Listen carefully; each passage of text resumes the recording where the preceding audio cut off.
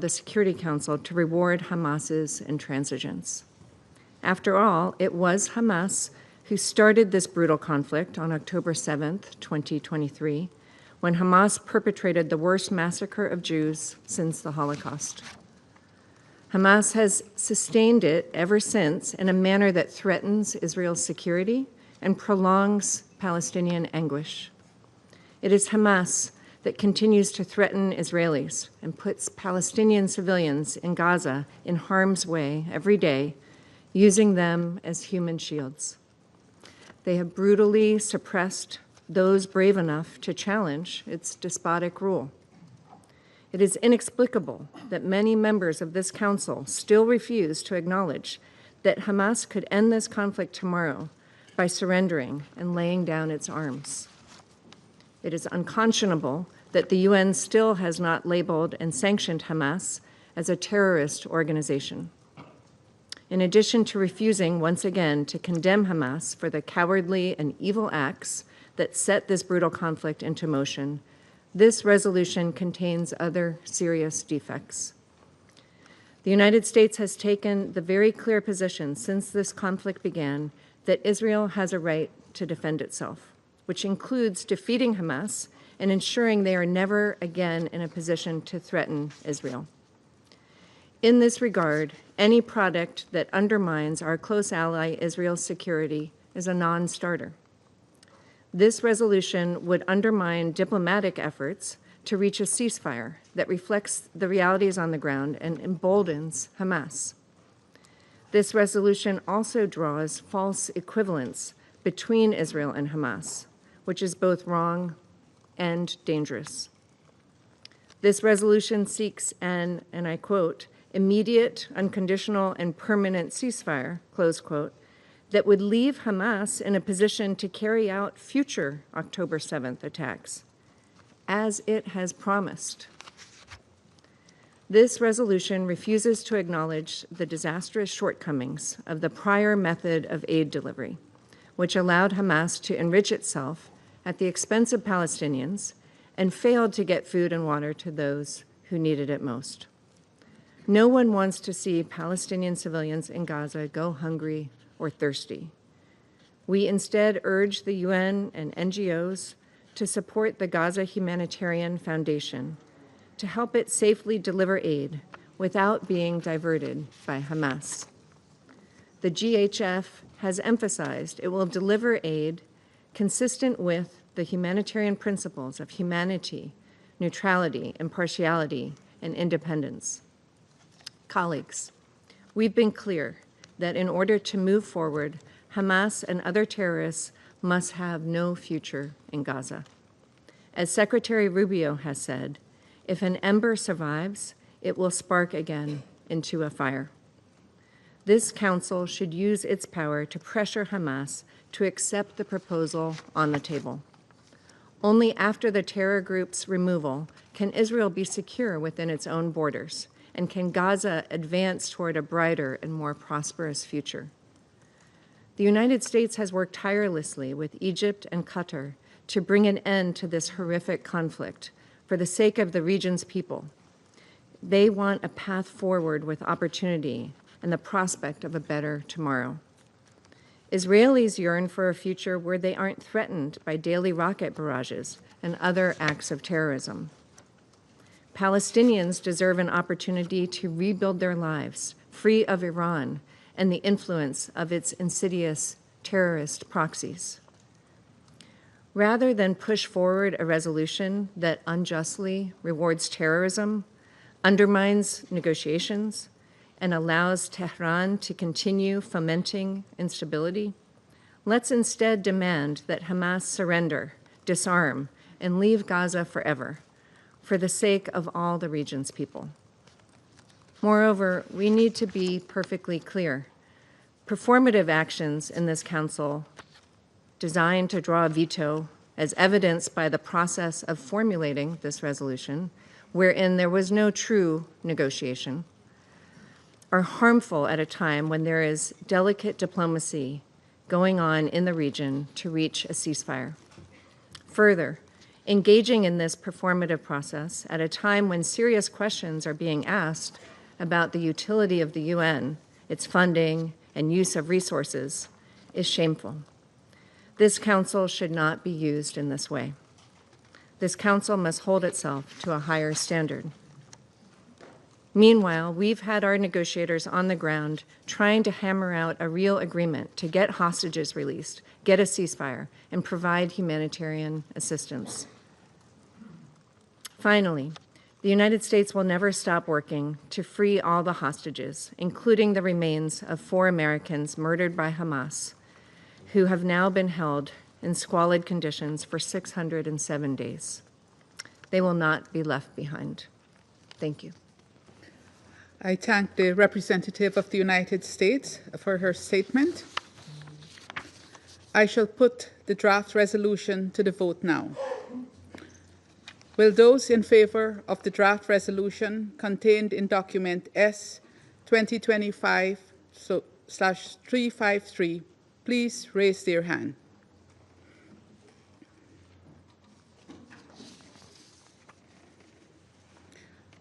Those against?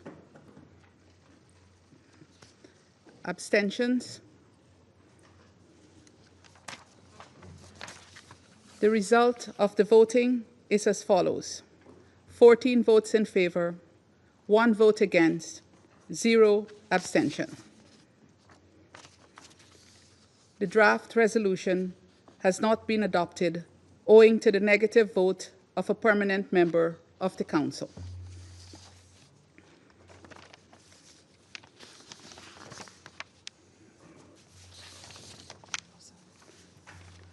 I now give the floor to those members of the Council who wish to make statements after the vote. I give the floor to the representative of Algeria. Madam President, at the outset, we express our warmest congratulations to Guyana for assuming the presidency of the Council during this month. We want to commend also the Greek efficient presidency of the Council during the last month. Madam President, during our last meeting held on the 20th of May, I spoke with length of Dr. Ala al-Najjar. Remember, the mother whose name is now imprinted in the wound of every Palestinian soul. 9 of her 10 children were taken, not by fate, but by the deliberate fire of the Israeli occupying army. Remember, I asked then if her husband, Hamdi, awakens, what we shall tell him. Today we know he will never speak again. He will never hear again. He is gone. Dr. Hamdi succumbed to his wounds last Sunday. And that unbearable question will never cross his lips. Nor Allah will bear the agony of answering it. And now, the last surviving is Adam, a 10-year-old suspended between life and the memory of what once was a happy family. We pray. We pray he recovers. We pray that he becomes a balm to his mother's shattered heart. Madam President, there are moments when silence is more eloquent than language. Today is one of those moments. But silence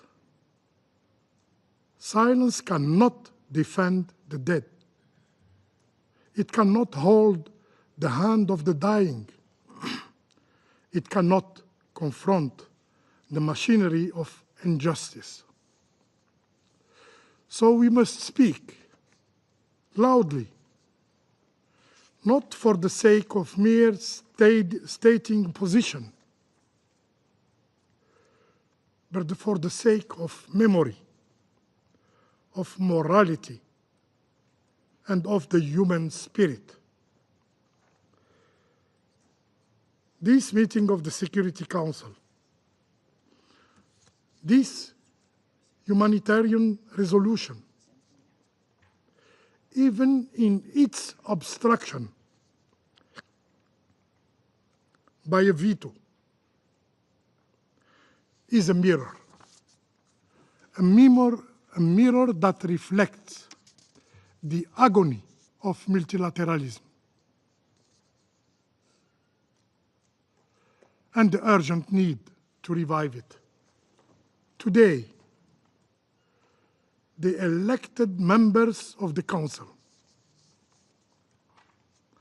have stood with clarity, with conviction, with courage.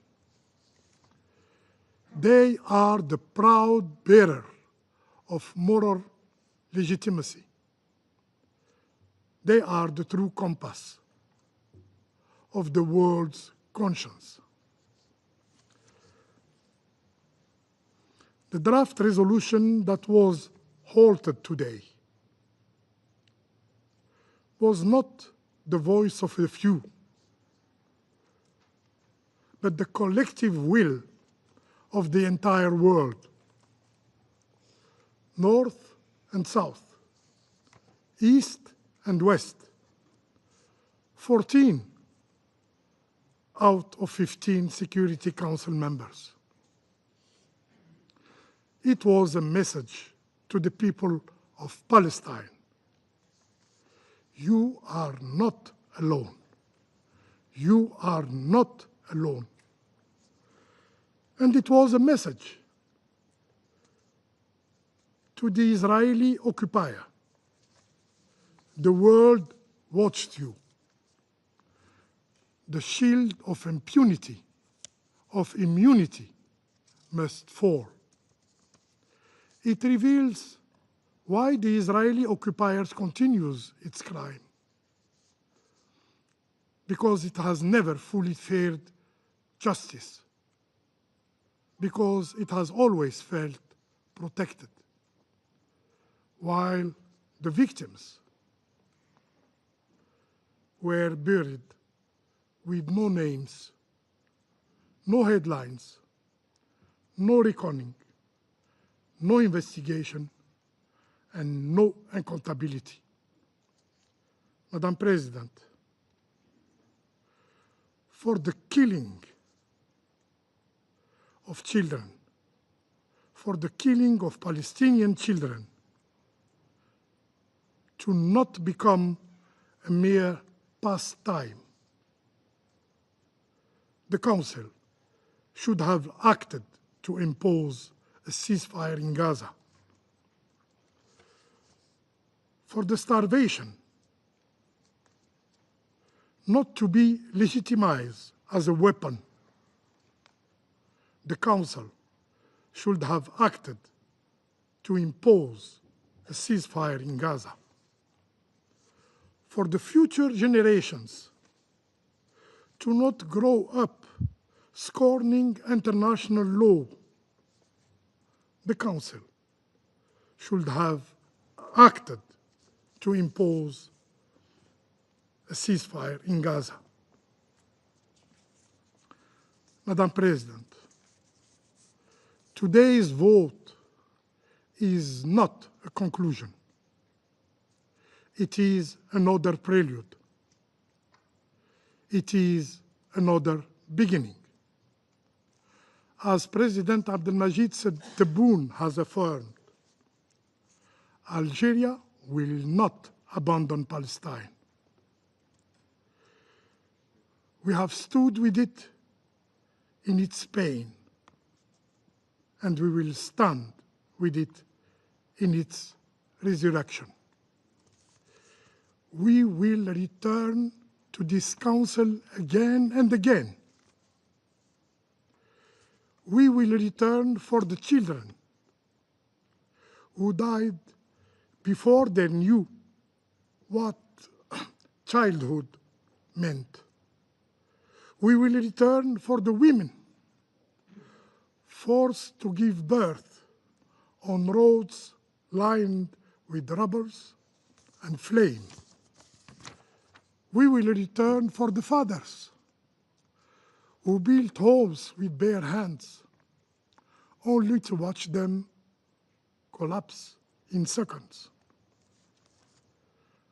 We will return for the starving who refuse to trade dignity for bread beneath siege. We will return for the thirsty, killed for looking for clean water. We will return because the Palestinians deserve to live in freedom, in dignity. We are not tired. We are not resigned. We will come back, and soon. I thank you.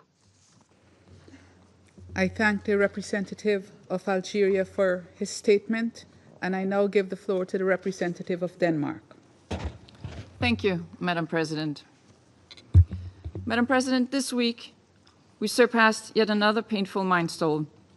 3 months since Israel imposed grave restrictions on humanitarian aid entering Gaza. While this Council has been briefed time and time again of the cost of inaction, the risk of famine has continued to grow. As always, it is civilians who suffer the most. We've all seen the chaotic scenes at the recently set up aid distribution sites, and we deplore the killing of civilians trying to get life-saving aid. We've seen the sheer desperation, the human cost of months of severe restrictions on humanitarian aid. Madam President, Denmark voted in favor of this draft resolution. We co-penned it together with the elected members of this Council because we believe that it is time for this Council to speak with one voice, to take decisive action to address the catastrophic humanitarian situation in Gaza. We regret that it was not possible today. Around this table, we've been entrusted with the responsibility to maintain international peace and security. We cannot stand by while this relentless suffering continues to unfold in real time in front of our eyes. We need to act, to show leadership, and to deliver on that mandate. Madam President, this resolution contained 3 necessary demands: demand for an immediate, unconditional, and permanent ceasefire, demand for the immediate, dignified, and unconditional release of all hostages held by Hamas and other groups, and demand for the immediate and unconditional lifting of all restrictions on the entry of humanitarian aid into Gaza. Denmark wholeheartedly supports and reiterates these demands. International law is clear. Humanitarian aid must never be politicized and used as a political bargaining chip or as a part of a military strategy. It must flow freely and safely to all those in need, in line with international humanitarian law and the humanitarian principles. Madam President, we are under no illusions. This draft resolution was not perfect. Denmark regrets that the draft resolution did not condemn the heinous terrorist attacks by Hamas and other terrorist groups on October 7th, and we reiterate our firm condemnation of Hamas' despicable acts. It does not change, however, our support for the resolution as a whole, which we had deeply hoped would be adopted today. We thus remain resolute in our call for an immediate and lasting ceasefire, the immediate and unconditional release of all hostages, and for an urgent lifting of all restrictions on humanitarian aid. I thank you. I thank the representative of Denmark for her statement, and I now give the floor to the representative of the United Kingdom. Thank you, President. The United Kingdom voted in favour of this resolution today because the intolerable situation in Gaza needs to end. We are determined to see an end to this war, secure the release of the hostages held by Hamas, and alleviate the catastrophic humanitarian situation for Palestinians in Gaza. This Israeli government's decisions to expand its military operations in Gaza and severely restrict aid are unjustifiable, disproportionate, and counterproductive, and the UK completely opposes them. The Israeli government says it has opened up aid access with its new system. But Palestinians, desperate to feed their families, have been killed as they try to reach the very few aid sites that have been permitted by Israel. This is inhumane. We support the UN's call for immediate and independent investigation into these events and for perpetrators to be held accountable.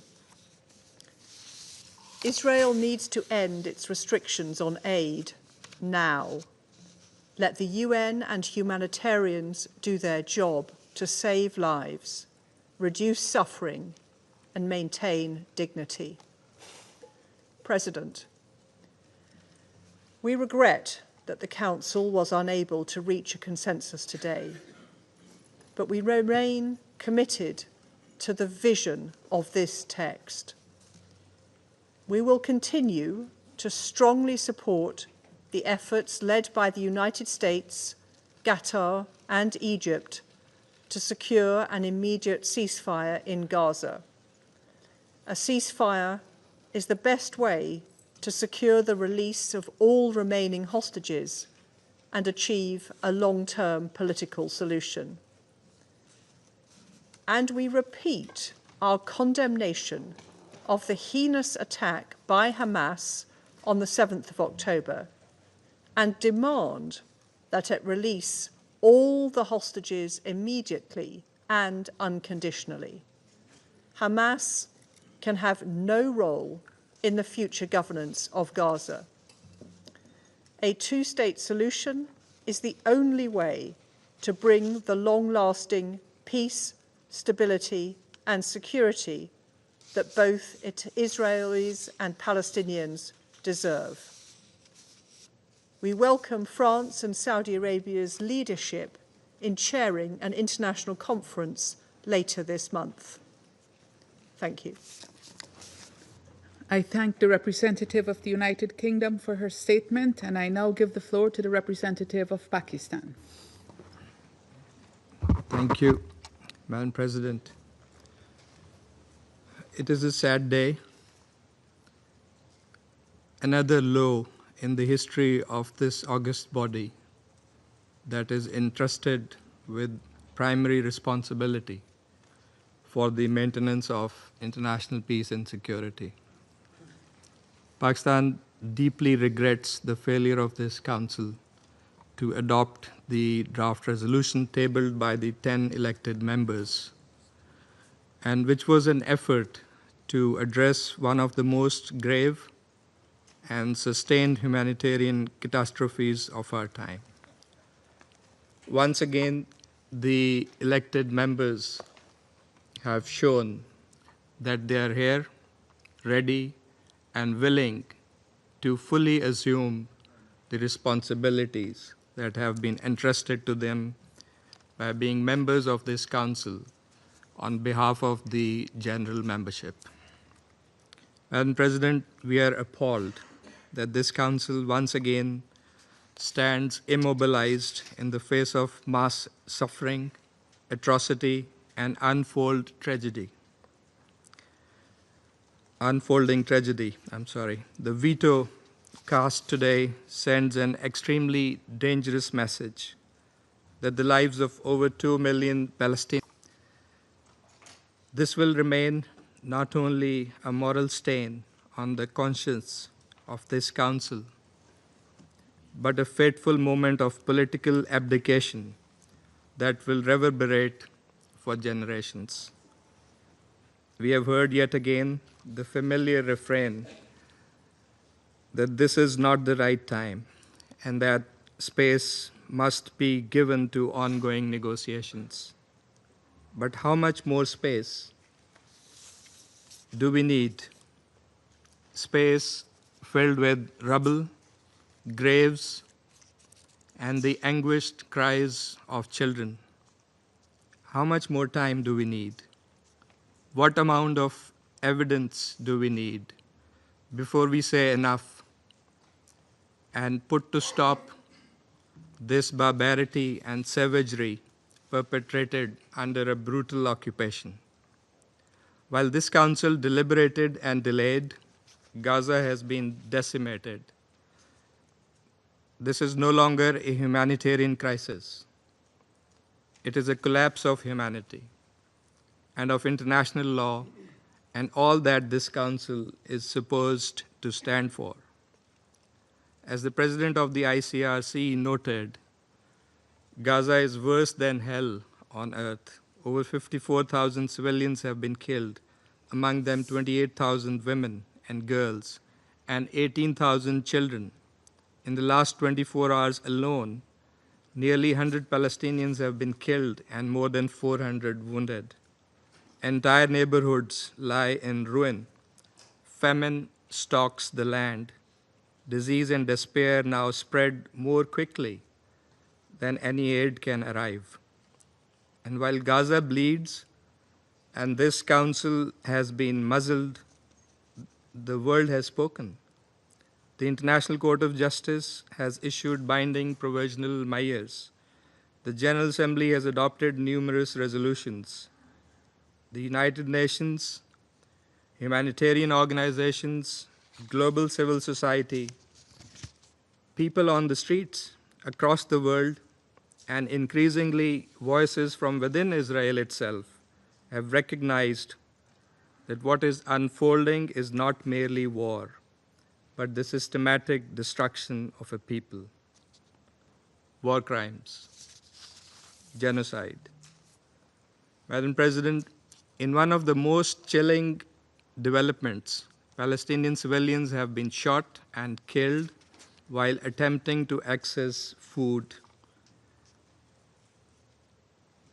And we think that to kill innocent civilians for seeking bread and water is not only a war crime, it is a tragic indictment of a system that criminalizes survival and militarizes humanitarian aid in flagrant violation of international humanitarian law.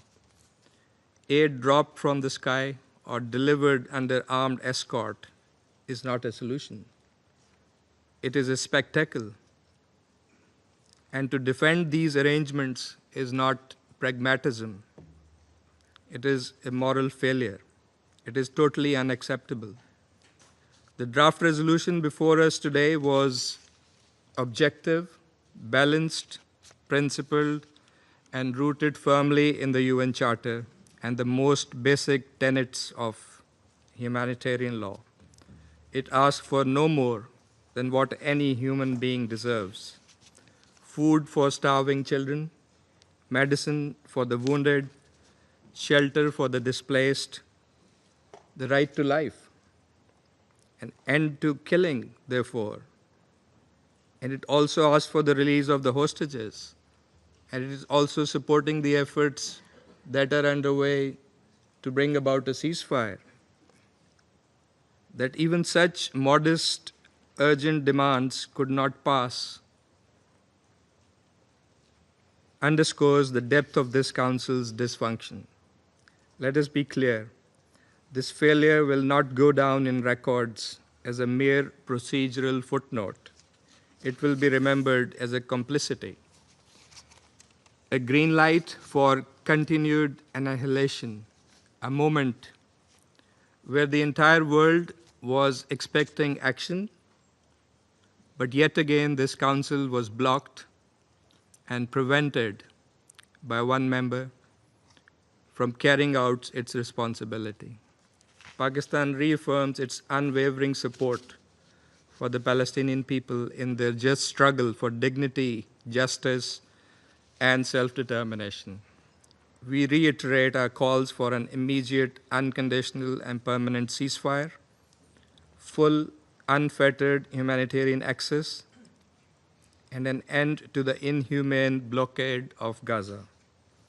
A just, lasting, and comprehensive solution to the question of Palestine, rooted in international law and based on the establishment of a viable, contiguous, and sovereign Palestinian state on pre-1967 borders with Al-Quds al-Sharif as its capital in accordance with relevant UN resolutions. History will judge how each member of this council chose to respond at this hour of moral reckoning. Together with the majority of the council members, Pakistan stands firmly on the side of humanity, of legality, and justice. We urge the holdouts to do the same before Gaza becomes not only a wound on the world's conscience, but a permanent scar on the credibility of this council. And President, but we don't end here. We're not going to lay idle. We are going to continue and redouble our efforts for the cause of peace in line with our responsibility as a responsible member of this council. We will continue to call for accountability and an end to impunity that Israel, the occupying power, continues to enjoy. We shall continue to recall and remind that the root cause of the problem, the challenges confronting the region, is the decades-long illegal Israeli occupation of the Arab lands, including the occupied Palestinian territories. The way forward, in our view, is in addressing and tackling that root cause head-on. That is by ending the occupation. It is not by mercilessly and mindlessly killing the Palestinians, who are the oppressed people in this case, or by making them starve, or by trying to evict them from their lands, or by suppressing their voice, or by denying them their legitimate and internationally recognized right to self-determination. Because we know that that's not going to work. For the brave, dignified, and resilient people of Palestine are not going to give up. They're not going to give up their right, and they're not alone. The entire international community is on their side. That support is going to be evident later this month at the General Assembly, not this council, but at the General Assembly, where the international conference, the high-level conference on Palestine and the two-state solution is going to be held.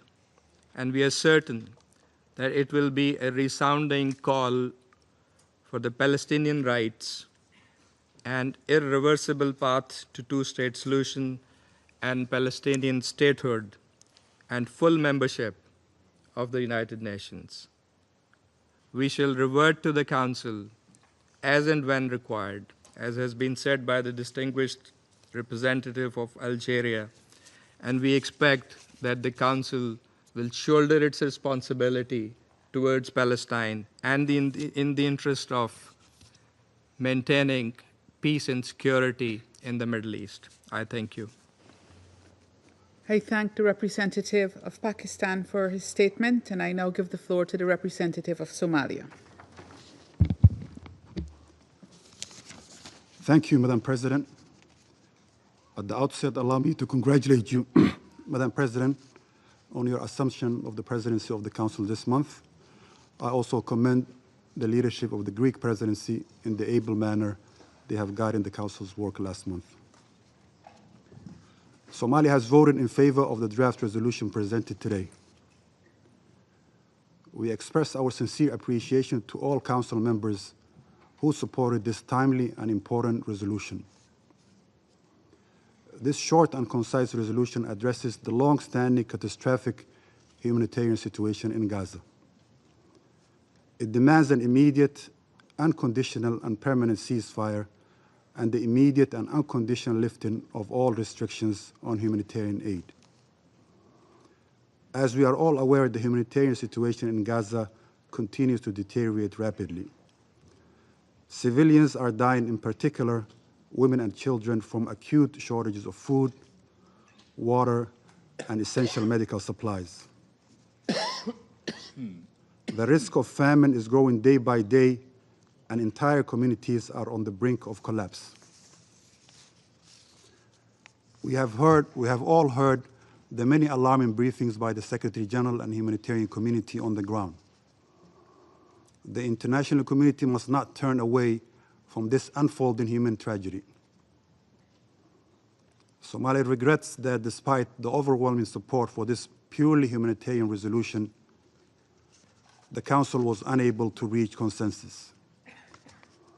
We underscore that the resolution's aim was solely to alleviate the immense suffering of civilians in Gaza and to ensure full, safe, and unhindered humanitarian access in line with international humanitarian law and humanitarian principles. Somalia remains firmly committed to continue its efforts together with Council members and the wider UN membership to support the Palestinians to exercise their inalienable rights to live in dignity and to govern their sovereign land and build the future of their children in an independent state with Al-Quds al-Sharif at its capital in line with UN Security Council relevant resolutions. We urge Israel as the occupying force to fulfill its obligation under international law to ensure that humanitarian assistance reaches those in desperate need without delay or hindrance, and to end its occupation of Palestinian land. This is the only path to sustainable peace in the Middle East and for the future of many children to come. I thank you, Madam President. I thank the representative of Somalia for his statement, and I give the floor now to the representative of China. Madam Chair, at the outset, let me congratulate Guyana on assuming the presidency of the Security Council this month, and Greece on successfully completing presidency of the Council last month. China is deeply disappointed by the result of today's vote. The draft resolution on the humanitarian situation in Gaza tabled by the E10 of the Security Council clearly calls for an immediate and permanent ceasefire in Gaza and lifting of the blockade on humanitarian supplies therein. These are the most pressing demands of the people in Gaza who are struggling amidst death and despair, and they reflect the overwhelming voice of the international community. The United States has once again abused its veto power, extinguishing the glimmer of hope for the people of Gaza and ruthlessly continuing to leave over 2 million people in darkness. It must face questioning from the international community.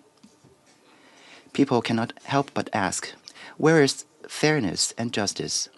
For more than 600 days, over 54,000 people in Gaza have lost their lives. Israel continues to escalate its offensive and blockade, turning Gaza into a living hell.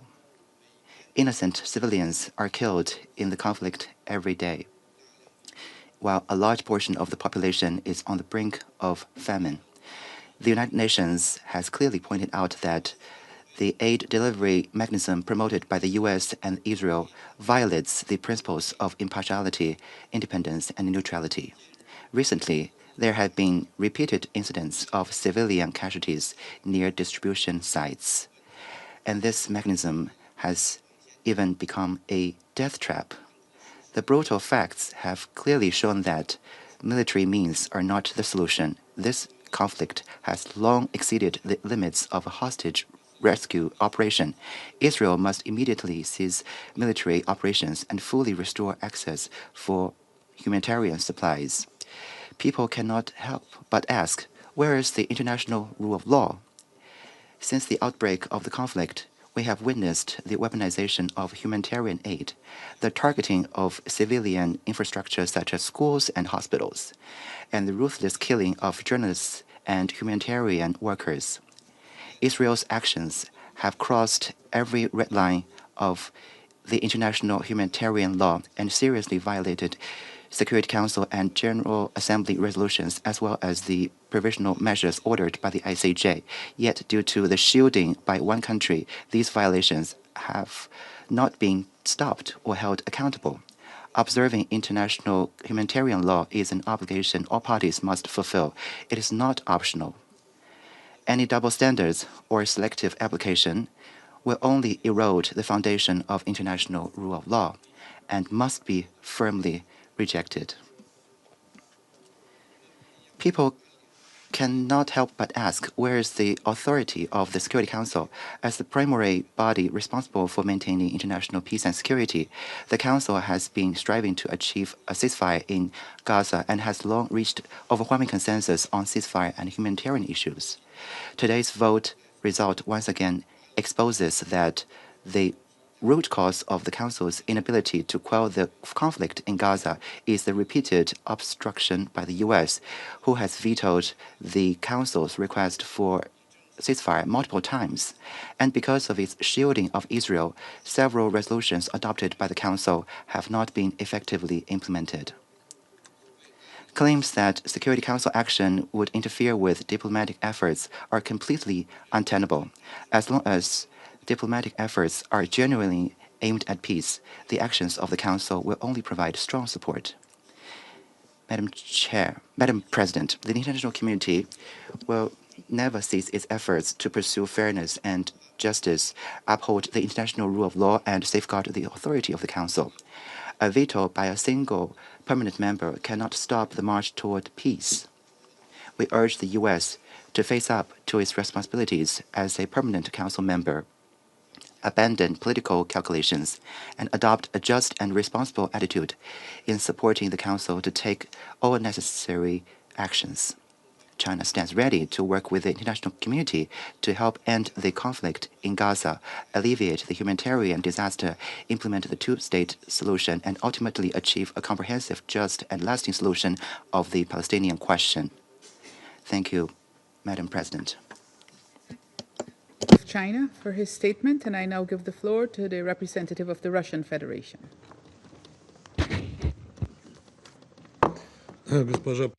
Madam President, we thank the elected members of the Council for the courage they have shown in their efforts to advance a very timely and useful draft resolution on which we had a vote today. We note in particular that the sponsors managed to, in a very short time, prepare the draft of a genuinely balanced and strong document which is aimed at an immediate and unconditional ceasefire, the release of all hostages, and the lifting of the humanitarian blockade from Gaza. In current tragic circumstances, that is the bare minimum, or even we can call it the first aid kit that the international community has to provide in order to ease the suffering of peaceful Palestinians. Unfortunately, yet once again, the Council did not arrive at an outcome acceptable to all. And it could not adopt the kind of product which would have spared Gaza and the entire region from sliding further into chaos. Yet another opportunity was missed to show that the Security Council is ready to shoulder its responsibility for maintaining international peace and security in the context of the Israeli-Palestinian conflict, which has now lasted 8 decades. And I think that we all today had another opportunity to see who really wants peace in the Middle East and who wants to continue playing political games. Under current conditions, we place particular hopes on the upcoming, this month, high-level conference on the Middle East settlement, which is to take place in New York and to be co-chaired by Saudi Arabia and France. It's important to make sure that it has a concrete outcome and aims at breathing new life into the idea of a two-state solution. For that purpose, the international community needs to display collective will and do its utmost to make sure that conditions are created, the conditions which are needed to resume the peace process. And we intend to have a most active participation in the conference. I thank you. Representative of the Russian Federation for his statement, and I now give the floor to the representative of the Republic of Korea. Thank you, Madam President. For more than 600 days, especially since the breakdown of the ceasefire in March, Palestinian civilians in Gaza have been struggling to survive through the most unendurable hardships. We witness every day on our screens the agonizing killing of innocent Palestinians, including children, caused by incessant airstrikes and live fire. Denial and restriction to the life-saving aid, including food and medicine, are exacerbating the catastrophic situation in Gaza. We have seen the chaos and violence at the aid distribution sites since the new aid plan began its operations last week. We cannot support a scheme that does not prioritize the need of civilians, nor is underpinned by the principles of humanity, neutrality, independence, and impartiality. Madam President, we are also extremely concerned about the horrific conditions that Israeli hostages, still brutally held by Hamas, are forced to endure since the horrific terrorist attacks by Hamas on October 7, which we condemn in the strongest terms. But as we have witnessed for the last 3 months, blocking or throttling humanitarian aid for millions of people cannot ensure the safe return of hostages. Based on these deep concerns, the Republic of Korea participated with other elected members of the Security Council in tabling this draft resolution, demanding the immediate and unconditional lifting of all restrictions on the entry and distribution of humanitarian aid in Gaza. Today's draft resolution is not contrary to the steadfast and unwavering support of the international community, including the Republic of Korea, for the persistent efforts by mediating countries, the U.S., Qatar, and Egypt, to secure an immediate ceasefire and release of hostages. While it is regrettable that the draft resolution was not adopted today, we believe that its wide support proved again the position of the vast majority of the international community, unequivocally demanding unimpeded delivery of humanitarian aid to Palestinian civilians in dire need. Considering the urgency of the harrowing situation in Gaza, we desperately hope that the extreme suffering of the Palestinians in Gaza will end as soon as possible. I thank you, Madam President. I thank the representative of the Republic of Korea for his statement, and I now give the floor to the representative of France. Merci, Madame. Thank you, Madam President. We all know the tragedy that's taking place under our very eyes in Gaza. Not very many words are needed. We voted in support of the resolution, and we thank the elected members of the Security Council for having prepared the draft. And we deeply regret the fact that it was not possible to adopt it today. The Council was prevented from shouldering its responsibility, despite the fact that most of us seem to be converging on one view. We reiterate our appeal for a permanent and immediate ceasefire, providing humanitarian